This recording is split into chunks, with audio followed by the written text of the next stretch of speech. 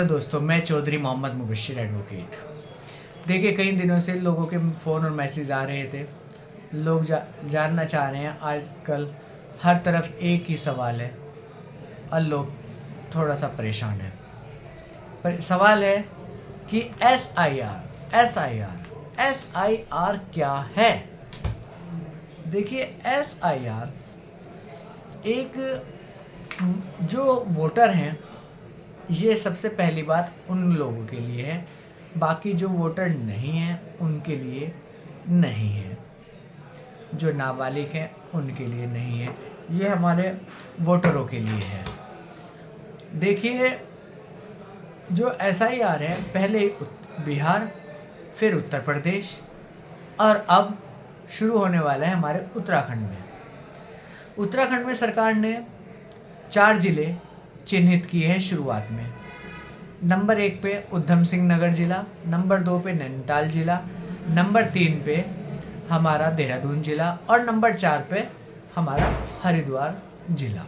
इन 4 ज़िलों में शुरुआत में SIR की प्रक्रिया शुरू की जाएगी।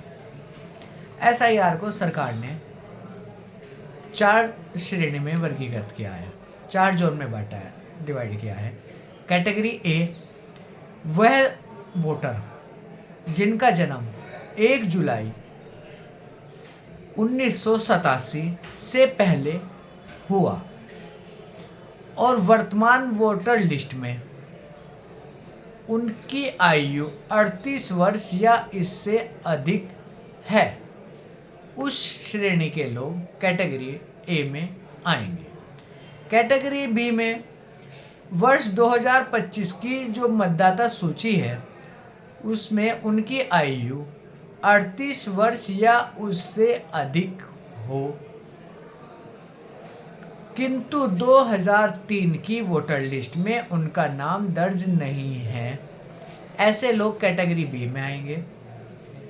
और जिनका जन्म 2 जुलाई 1987 से 2 दिसंबर 2014 के बीच में जन्म हुआ, वर्तमान मतदाता सूची में जिनकी मतदाताओं की आयु 20 वर्ष से 37 वर्ष है, वह सब वोटर कैटेगरी C में आएंगे।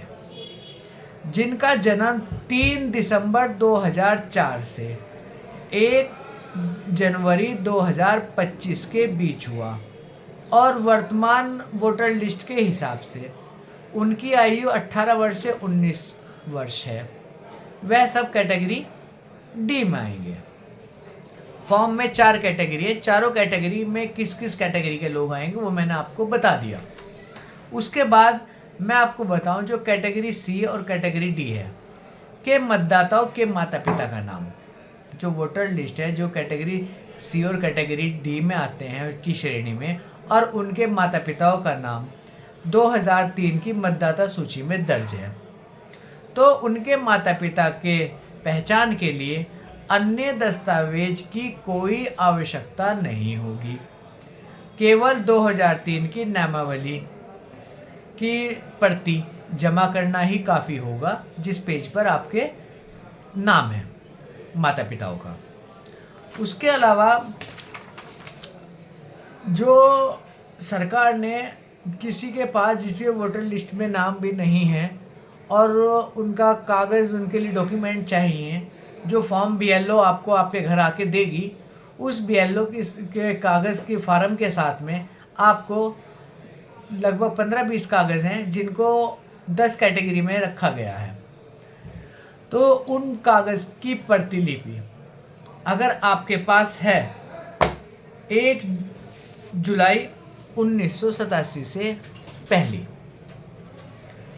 तो वो कागज़ आपको, जिससे प्रमाण होए कि वो कागज़ 1 जुलाई 1987 से पहला है, तो वो कागज़ आपको उस फार्म के साथ लगाकर सबमिट करने होंगे। वो कागज़ क्या है? वो कागज़ मैं आपको, जो लिस्ट मैंने बनाई है, जो मेरे पास आई है, मैं आपको इसको पढ़ के बता देता हूँ। किसी भी केंद्र सरकार या राज्य सरकार या PSU से के नियमित कर्मचारी, पेंशन भोगी को जारी किया गया कोई पहचान पत्र या फिर उनको जो पेंशन मिलती हो उसका भुगतान का कोई आदेश। नंबर 1 पे। नंबर 2 पे 1 जुलाई 1987 से पहले स्थानीय प्राधिकरण, कोई भी बैंक, आपका डाकघर, LIC, PSU भारत या PSU द्वारा भारत में जारी किया गया कोई भी पहचान पत्र, प्रमाण पत्र या दस्तावेज, ये सब 2 नंबर पे। नंबर 3, सक्षम प्राधिकारी द्वारा जारी जन्म प्रमाण पत्र, जो आपका नगर निगम से या फिर पंचायती ऑफिस से कहीं से भी आपका जो बना हुआ होगा जन्म प्रमाण पत्र, वो आप पेश कर सकते हैं। उसके बाद नंबर 4 पे आता है आपका पासपोर्ट, भारत सरकार द्वारा बनाया गया पासपोर्ट। और नंबर 5 पे मान्यता प्राप्त विद्यालयों से आपने हाई स्कूल कर रखी हो, उसकी 10th क्लास की आपका सर्टिफिकेट। नंबर 6 पे आता है सक्षम राज्य प्राधिकारी द्वारा जारी स्थायी निवास प्रमाण पत्र, जिसे हम डोमिसाइल बोलते हैं वो, या फिर अगर किसी के पास हो मूल निवास प्रमाण पत्र तो स्थायी निवास प्रमाण पत्र डोमिसाइल में से एक। वन अधिकारी द्वारा प्रमाण पत्र, सक्षम प्राधिकारी द्वारा जारी OBC SC ST का कोई भी जाति प्रमाण पत्र जो सरकार द्वारा मिला हो आपको, कास्ट सर्टिफिकेट वो। उसके बाद है राष्ट्रीय नागरिक रजिस्टर, जहाँ भी मौजूद हो उसकी प्रमाणित कॉपी आपके पास हो। राज्य या स्थानीय अधिकारी द्वारा तैयार किया गया परिवार रजिस्ट्री की नकल आपके पास हो। सरकार द्वारा जारी कोई भी भूमि या मकान आपको आवंटन किया गया हो, उस आदेश की कॉपी।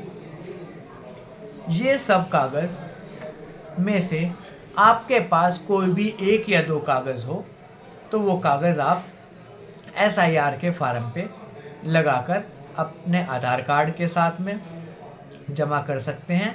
चाहे आधार कार्ड, पैन कार्ड आपके पास हो, वो साथ में आप लगा सकते हैं। तो इसमें आप लोगों को घबराने की कोई भी आवश्यकता नहीं है। और इसके अलावा भी अगर आपको कोई भी आवश्यकता पड़ती है किसी भी तरह की, तो आप मेरे से संपर्क कर सकते हैं। जो भी संभव प्रयास होगा, जो भी आपकी मदद होगी, मैं करने के लिए तैयार हूँ। और आप सरकार द्वारा वेबसाइट है, आप वेबसाइट पर जाकर अपनी वोटर लिस्ट डाउनलोड कर लें।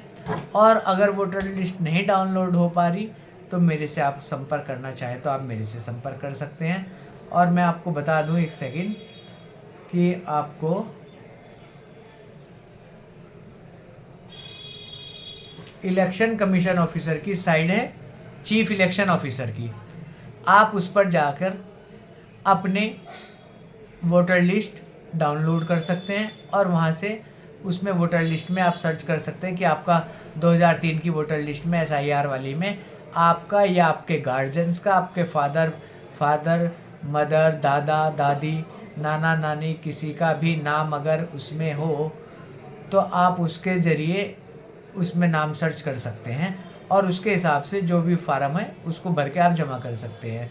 और रही बात जो लड़कियां अदर स्टेट में जहां SIR लग रहा है और वहां से अदर स्टेट में शादी कराकर कहीं और जा चुकी हैं, वो अपने या अपने माता पिता की अपने वोटर लिस्ट प्राप्त कर लें और जहां उनकी शादी हुई है वहां उस वोटर लिस्ट का पृष्ठ जिसमें उनका नाम है, वो पृष्ठ अपने फार्म के साथ भरकर अपनी BLO को जमा कर दें। तो बस अंत में कहना चाहूँगा, कोई भी, और इसमें जैसे ही अभी हमारे उत्तराखंड में जारी हो जाएगा तो जैसे ही उसकी डिटेल और आ जाएगी तो उसके बाद में अगर उसमें कोई परिवर्तन आता है तो उसके साथ में मैं आप सबके बीच में आके पुनः साझा करूँगा। बहुत बहुत आपको शुक्रिया मेरी वीडियो को देखने के लिए। मेरा चैनल सब्सक्राइब और लाइक अवश्य करें। धन्यवाद।